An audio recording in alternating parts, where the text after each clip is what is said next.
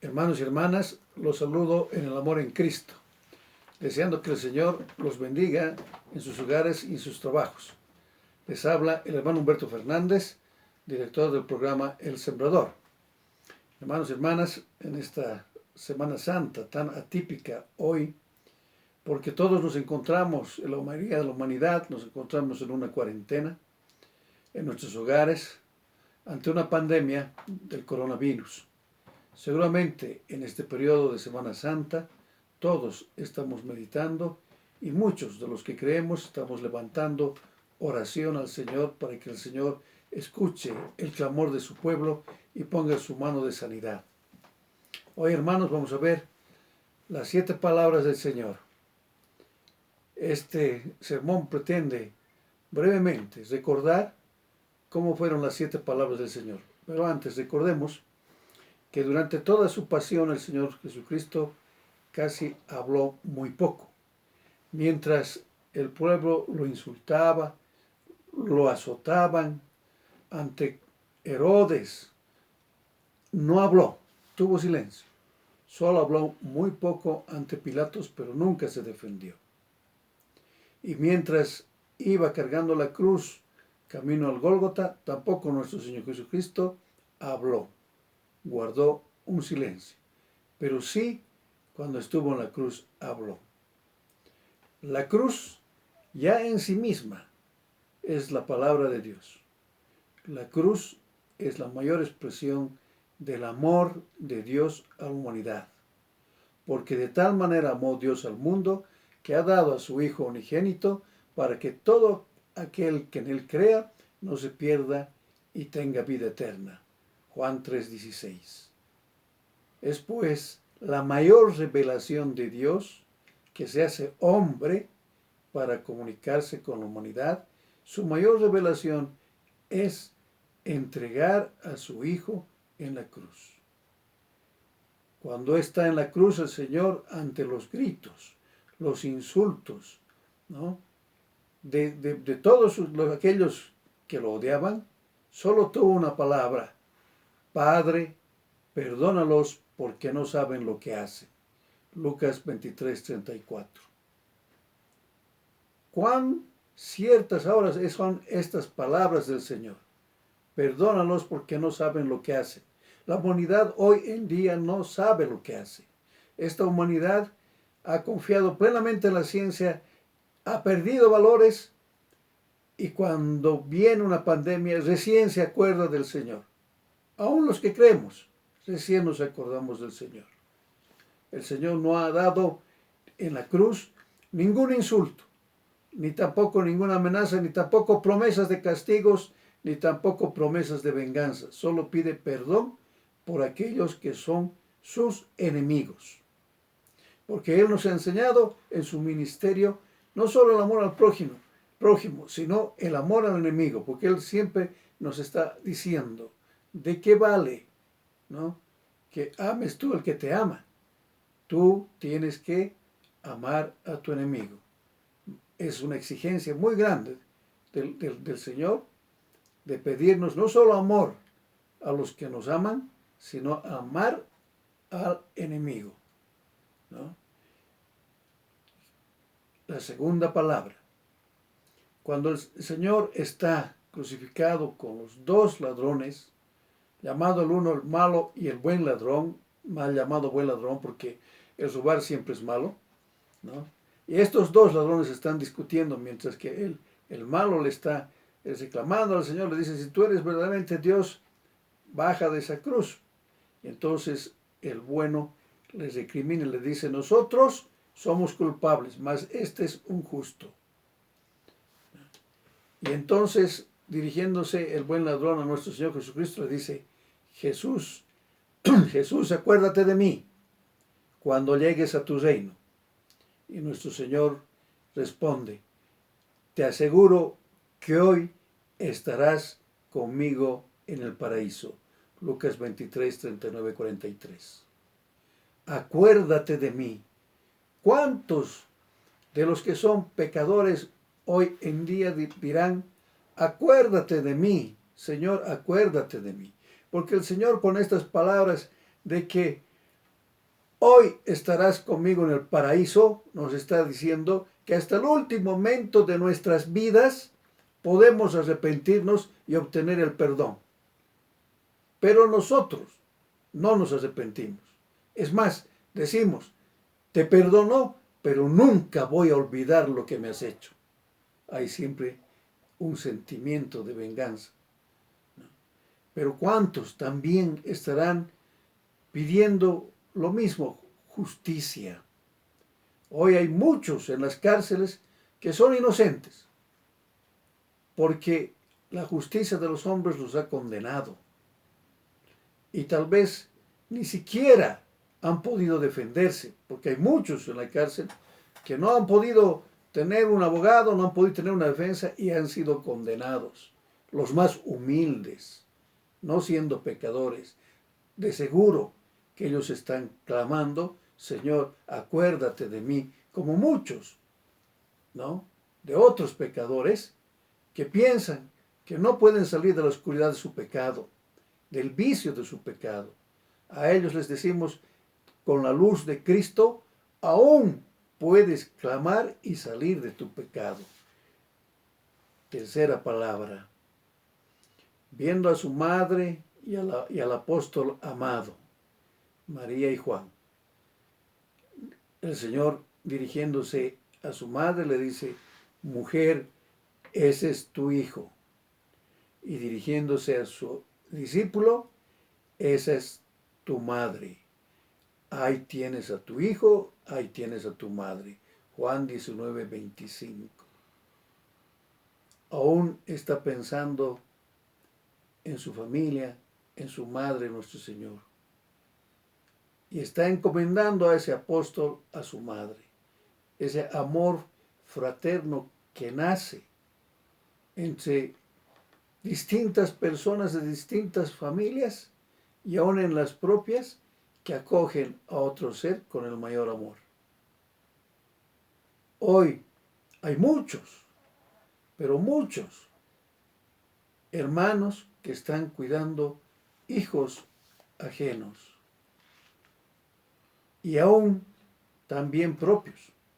Sabemos que en este mundo de migraciones, en este mundo donde muchos han migrado, dejan a los hijos, el esposo o la esposa se va a trabajar porque no hay trabajo, los hijos se quedan. ¿Quiénes son los que crían a los hijos? Los abuelos. Los abuelos levantan y, a pesar de haber criado hijos, en el amor del fraterno, el amor que inspira el Señor, cuidan de sus hijos. Y aún más, hay muchas madres que son solteras, abandonadas por sus hijos, por sus padres, abandonadas por sus esposos o por su pareja, tienen que hacerse cargo del cuidado de sus hijos. Madres que son mártires en este momento, mártires de la sociedad, tienen que dar alimento a su hijo, tienen que trabajar, tienen que mantener el hogar. Y muchas de ellas son obreras, son trabajadoras de la calle, que aún teniendo hijos se sacrifican por ellos. Y no siempre tienen la recompensa de los hijos. Esas personas merecen el apoyo de nuestra sociedad porque construyen la familia que es el fundamento de la sociedad. Sabemos que si las familias crecen con amor, los hijos crecen con amor, en el amor en Cristo, tendremos sociedades más justas, tendremos sociedades con menos criminalidad, tendremos sociedades con menos vicios, tendremos sociedades menos pecadoras.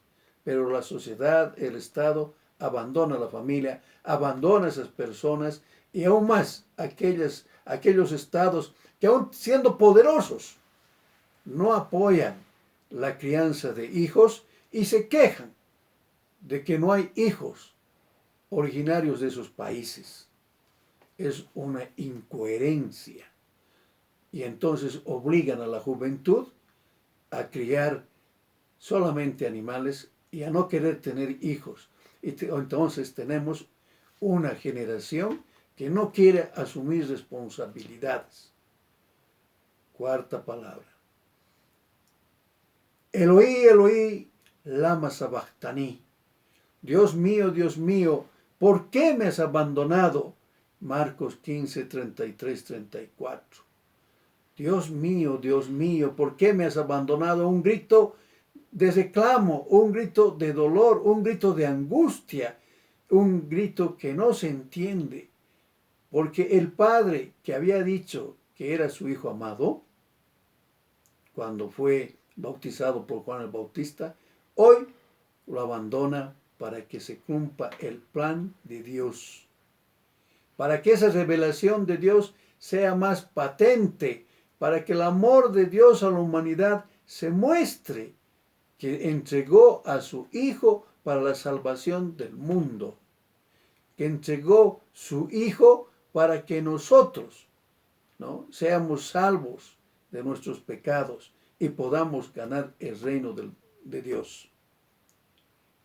¿Por qué me has abandonado? ¿Cuántos habrán en el mundo hoy en día, en las selvas de cemento, en otros continentes menos desarrollados, más pobres, que reclaman: Señor, Señor, ¿por qué me has abandonado? Ante enfermedades terminales, ante el no tener que comer, y ahora más todavía con esta pandemia, se quedarán sin trabajo. Habrá hogares que mantener, hijos que dar de comer, se vive al día. ¿Qué va a hacer? Aquellos que son creyentes seguramente que reclamarán y dirán: Señor, ¿por qué me has abandonado? A todos ellos les pedimos, les imploramos que mantengan su fe, porque el Señor dice, ¿no?, lo que pidas al Padre en mi nombre, creyendo, lo obtendrás. Y aquel que persevere tendrá la salvación. No es fácil. Sabemos que nunca es fácil ver el hambre de los hijos, ver el hambre de los niños, nunca es fácil. Duele, pues el ser da angustia, ¿no? Pero así como hay tanta pobreza, hay también tanta riqueza, y sabemos que aquellos que tienen no les gusta compartir. Pero hay excepciones, hermanos. Hay grandes excepciones, grandes hombres que han hecho fortuna y saben compartir. Quinta palabra: tengo sed. Juan 19, 28, 29. Tengo sed. Es un agotamiento físico del Señor. Se agotó y está pronto a entregar su espíritu. Y está pronto a fallecer como hombre. Tengo sed. ¿Cuántos en el mundo dirán lo mismo? Tengo sed. Porque si nos fijamos, casi el 70% de la población no tiene agua potable en sus hogares, en el mundo. Hay muchas regiones que viven prácticamente mendigando el agua. Y el agua siempre ha generado guerras entre los pueblos. Hay mucha sequía en los pueblos, en muchos lugares. Y esta sequía obliga a migrar. Y cuando migran, buscando un mejor mundo, encuentran un peor mundo. Un mundo que los discrimina, un mundo que los persigue, y aquellos que fueron a buscar un mundo creyendo, se vuelven incrédulos y entonces, ¿no?, se van al vicio. Por eso es que debemos meditar cuánto hacemos los cristianos para satisfacer esa sed física y espiritual, para apoyar a todos esos. Sexta palabra: todo está cumplido.